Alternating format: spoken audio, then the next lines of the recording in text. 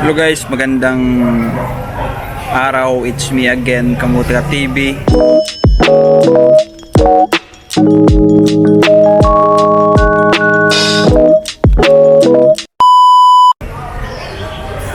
And ayan, shoutout sa lahat. Shoutout sa mga hindi pa nakapag-subscribe dyan, subscribe na. And thank you in advance sa mga magsusubscribe pa lang. Ayan, huwag nating kalimutan ang subscribe button sa mga hindi pa nag-subscribe. Ayan, shoutout sa mga lagi nanonood sa vlog ko. Thank you so much guys. And gusto ko shoutout yung mga subscriber natin, mga viewers natin sa Pilipinas na gusto mag-Macau. Ayan, panoorin nyo guys yung mga vlog ko para magkaroon kayo ng idea dito sa Macau. And mga agency dito sa Macau, dito lang yan sa Macau guys ha. Dito ka mismo mag-apply. Walang agency dyan sa Pilipinas. Yung mga nasa Pilipinas naghanap ng agency na nasa vlog ko is lahat yun dito sa Macau. Ayan. Yung mga pupunta ng Macau, ayan, puntan yung mga agency na nasa vlog ko. Ayan, lahat ng mga katanungan nyo guys, i-search nyo lang sa channel ko, sa Kamutika TV. For example, nag-ano ka ng age limit sa Macau, i-search mo lang Kamutika TV, age limit sa Macau. Ayan, lalabas na yun. Lahat ng katanungan mo is andyan na yan. Anong mga trabaho sa Macau, andyan na yan lahat sa vlog ko guys. Panoorin nyo. Panoorin nyo lahat yung vlog ko guys para magkaroon kayo ng idea dito sa Macau. At least pagdating nyo dito is alam nyo na. Hindi na kayo maliligaw kasi alam nyo na eh. Andyan na lahat, ginawa ko na ng vlog. Yan. Yan, shoutout sa mga mandirigma dito sa Macau na patuloy na lumalaban. Patuloy na lumalaban for their future. Diba? Para sa pamilya. Kaya nyo yan guys. Kaya nyo yan. For today's video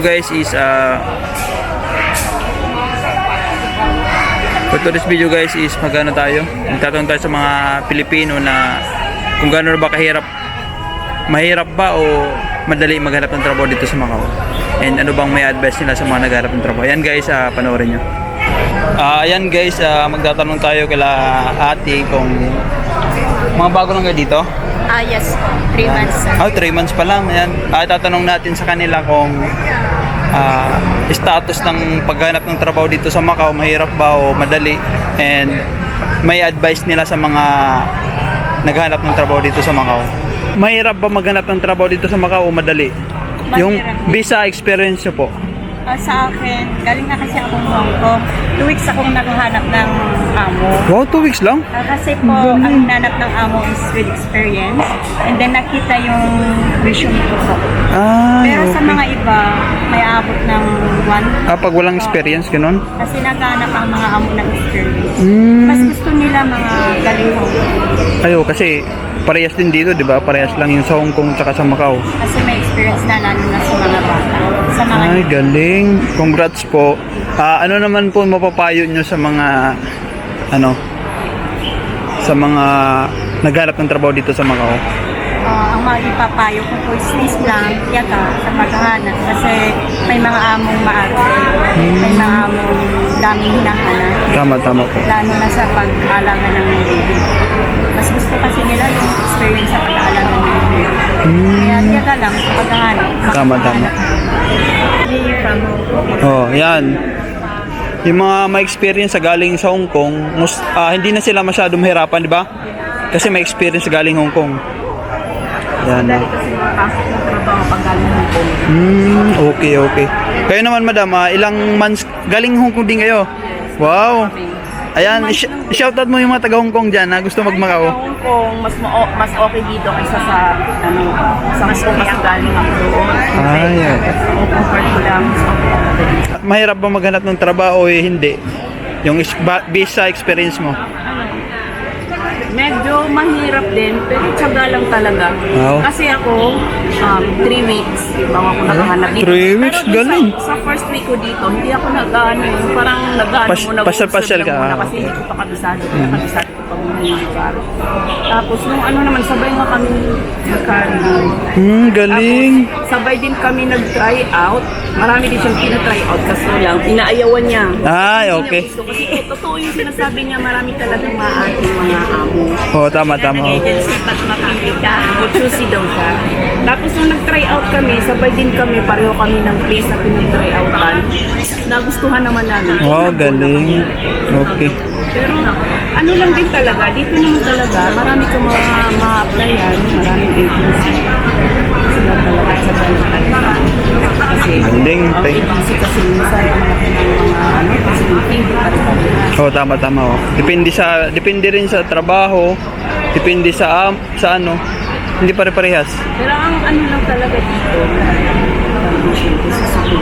stay out lang. Oo, yun. Sabi nga nila, mas okay yung stay in kasi less sa mga gastos. Pero para sa akin, sa experience ko na stay in, hirap talaga. Stay out ka na lang, no? Mas gusto ko yung Tama. stay out. Kahit pag ka sa trabaho, stress ka, pagdating ng out ng trabaho mo, marerefresh yung punta mo paglabas. Unlike dun sa stay in ka, parang Para din di force trabaho mo. Oo, talaga. Yan yung inaayawan ko doon sa, Galing.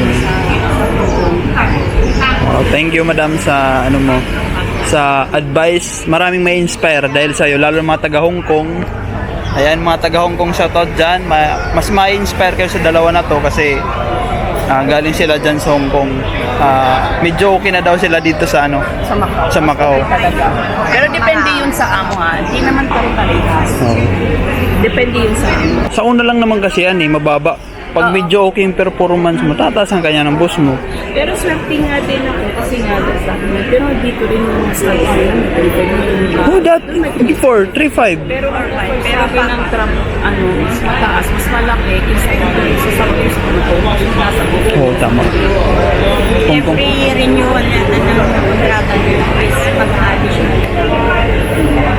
Oh, pag good performance ka, siyempre, dapat galingan mo. Dapat may mas lagi yung mga amo.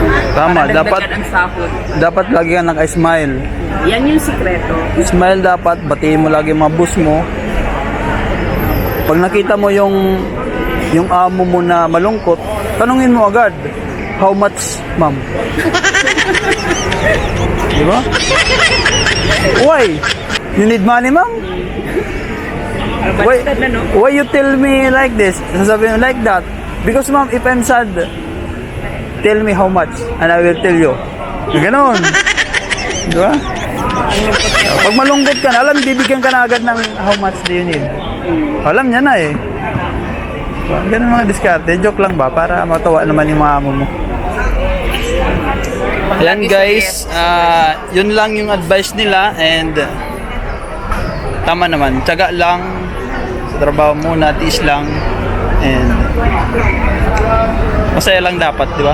Happy lang. Happy lang ako kasi Kahit bad trip ka sa amo mo, kailangan talaga nakasmile ka pa rin. Tama, Kahit tama. ano ka na, yung parang gusto mo lang ano, kailangan smile ka pa rin. Kasi kung magagalit ka, galit yung amo mo, galit ka. sasabayan mo. Oo, Okay, talo ka talaga.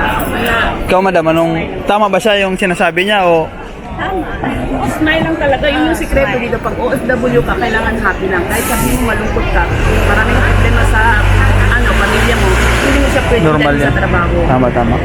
Hindi ka pwede nakasimangot. Kasi pag nakasimangot ka, maapektuhan talaga trabaho mo kasi yung amo mo, hindi rin nagiging happy sa'yo. Tama. Nakita yung mukhang gusto mo nang umiyak, smile ka pa rin. Smile pa rin. Tapos pag saka na umiyak pag Pag tapos ng trabaho mo, ikaw na lang mag-isa. Doon mo ibuhos lahat ng pag pauwi ka na habang naglalakad ano.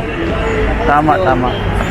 Yan mga advice ni madam. Dapat yung mga happy lang. pupunta ng Macau dapat happy lang daw. Kailangan, yung tibayan ang loob, buo ang loob. Tama. Yung mga iba kasi, kagaya ko dati gusto ko talaga, yung parang naiingit ako, yung ibang bansa, katulad ko na ngayon, na OFW na. Dati kasi, parang sarap-sarap, yung parang, ang sarap naman nila, magandang trabaho, malaking sweldo, parang gusto ko rin. Pero ngayon naranasan ko, hindi pala madali. Promise, di talaga madali. Totoo yan, no? Kasi yung trabaho ko sa binasabi mo, compare ko doon, ikaw mangutos, ikaw yung ano. Pero pagdating dito, ikaw yung uutusan lahat. Ikaw lahat. Diba? Parang ang hirap. Kaya, yung mga yung gustong mag-abroad, kailangan buo ang buo. Tama. Totoo yan. Kasi mahirap talaga dito. Hindi katulad sa atin. Yung trabaho kasi dito, ito yung sinasabi na trabaho na buhis. Buhis buhay. Ganun. Totoo yan, no?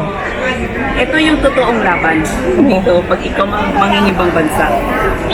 Saka dapat talaga priority mo yung health mo. Kumbaga, yan yung natin punan lang dito sa ibang bansa, yung health natin.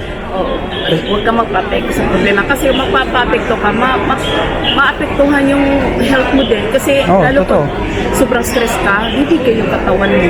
Yun yung mahirap doon. Kahit man magkasakit ka dito, kailangan mo pa rin magtrabaho. Kaya yun yung Kaya ingatan sarili, gustong mag-abroad.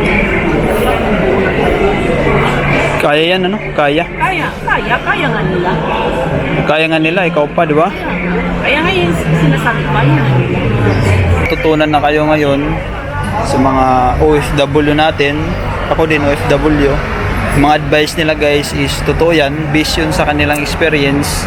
Yung mga hindi pa nakakaranas dyan ng pagiging OFW is ngayon alam nyo na yung experience nila, sinishare nila para hindi na kayo mabigla, di ba? At least may idea na kayo para pagdating nyo dito kung ano man hirap yung naranasan nyo is alam nyo na, hindi na kayo magugulat kasi ganun talaga kaya mag-OFW na kayo para maranasan yung hirap. Maghanda na sila. Ihanda na nila sarili nila. Handaan yung sarili nyo, ganun. Yun lang, and thank you so much, guys. Sir, anong masasuggest nyo sa mga nagtatambay dyan sa Pilipinas? Tumambay pa rin sila. Ano ba? Nagtrabaho. Pwede ba sila dito sa Macau? Pwede. Pwede, Pwede. Balagala sila dito. May mga trabaho namin dito. Ay, sila pala. Trabaho. Nag-awak lang ng 24 hours. Tagal naman nun. Hindi, 8 hours lang yan Hawak ka lang ng gano'n, no? Yan lang, hawakan mo lang 8 hours. Nun, no? Hawak ka lang 8 hours, sasahod ka na ng 50 dito sa Macau. 50 pesos. 50,000 pesos. O, di ba? Sarap nun. Kaya yung mga nagtatambay dyan sa Pilipinas, yung mga kahit walang pinag-aralan, pumunta na sa Macau. Di ba? Tatanungin kita, sir, yung, di ba sa interview? Di ba, interview ka? Oo. Tatanungin pa ba yung mo, kung anong pinag-aralan mo? Pinag-aralan? Siyempre. Kung nakapagtapos ka lang. Ano ba yung interview? Pwede naman, interview ka, kung marunong ka, kung may experience ka. Ano yung interview pala? English o Cantonese? English, siyempre Cantonese din ang priority nila dito. Kailangan marunong ka maging mag-Cantonese. Dapat marunong din, kasi basic lang Oo, basic. Basic. At least may alam ka. Di ba? Ito lang, sarap ng trabaho mo, pre. Ganyan lang, Patayo ka lang, tambay ka. Ako nga yung tambay na sumasahod. Tapos Tambay na sumasahod. wala ba kayong uniform? Meron, kaso nga lang. Okay lang kahit yung mag-uniform. Parang pinaka-manager ba? Galing. Kwan, Kumusta buhay-buhay? Practice ka, bossing? Ha? Practice ulit. Practice. Yan si Sir Rombag. Ilang years na kayo dito, sir, sa Macau? 1 year, 8 months. Wow, 1 year. 1 year. And bibigyan ako ng free test ni sir. Thank you. Kunti lang, sir. At itong mga Pinoy dito, pinapakain ko talaga. Oh, thank you, sir. Salamat. Ay. Ikaw din, Tek. Tek. Ano, kain ko lang. Sir, anong agency mo, sir? Parang private yun eh. Ha? How? Ha? Ano? How? Aw! Sa Dynasty yun. Parang nakita ko na yan, yung aw na yan. Pero ngayon wala na tago dun. Nalipat na naman. Private kasi yun. Ano yan? Nag-apply ka online o ano? Ano? Apply ka online o nagpasa ka lang doon? Wala ng mother ko yung ko eh. Wait lang, wala ng mother ko. Hindi, ano kasi, nagpapadam ako dati. So, nagustuhan ako ng amo. Ang tawag doon, parang tinusoy ko. Uso yun dito, di ba? Uso. Nagustuhan. Akala ko ano ka? Sakto din na sakto din na May- pangante. Hmm. May umalis. O di may kota. Ikaw yung pumalit, Ako, ano? Ako parang ipinalit nila. Tapos binanak kami sa agency. Ano yun, sir, yung ano, yung... ilang months ka no naghanap ng trabaho nun? Nag-Thailand ka pa ba nun? Hindi na. Hindi nga. Ano lang. 3 weeks lang, ganun. Hindi, naubos ko lang yung Isang buwan. Galing. isang buwan. Tapos, wala siya. Naubos ko isang buwan, nagantay na ako. Ay, oo. Tama. Yun ang kinaganda. Galing. Yan, 12 oras trabaho namin dito. Opo. Tapos, ano yun? Kayo ba nagluluto? Hindi. Dati kami. Yung una kasi trabaho ko, ice cream. Pero dito pa rin. Dito pa rin. Dito pa rin sa kanya. Ngayon, ito na, barbecue. Nag-barbecue na kami nito. Binabarbecue kasi ito, bossing. Ay, oo. Pagkatapos yung barbecue, nung na-promote na naman, naglako-lako. Galing ah. Ano ko pala dito, laro? Tapos ngayon, taga dito. Galing. Dito sa amin, ularon talaga. Sir, saglit lang, sir. Pwede magtanong. Ano bang i-advise mo sa mga naghanap ng trabaho dito sa Macau? Yung ano ba yun yung Ano i-advise mo sa mga naghanap ng trabaho dito sa Macau? yung para sa mga naghanap ng trabaho dito sa Macau, advice ko lang is sipagan nila yung paghanap ng trabaho, and then talaga sipag, tsaga, yan, magdasal din syempre. And yung ano talaga dito is dapat hindi ka mahihain, dapat makapal yung mukha mo. Ganun. And ano pa ba? Ayan, napanoorin nyo yung mga vlog ni Kamutika TV. Kasi yan dati pinapanood ko nung naghanap ako ng trabaho. And ano ba? Ito ba yung isang tanong? Mahirap ba maghanap ng trabaho dito sa Macau? Idol? Yun nga, mahirap ba maghanap dito ng trabaho sa Macau? Madali naman pag masipag ka. And ma-advise ko sa mga naghanap ng trabaho. And kaya niyo yan. Kasi huwag kayo mawalan ng pag-asa. And lahat naman ang pumunta dito sa Macau nagkatrabaho. Siyempre, hindi naman lahat madali. Hindi naman lahat nakakahanap ng trabaho agad. Yung iba nag-exit sa Thailand. For sure, magkakaroon ko rin ng trabaho. Basta stay strong ka lang. It's my life.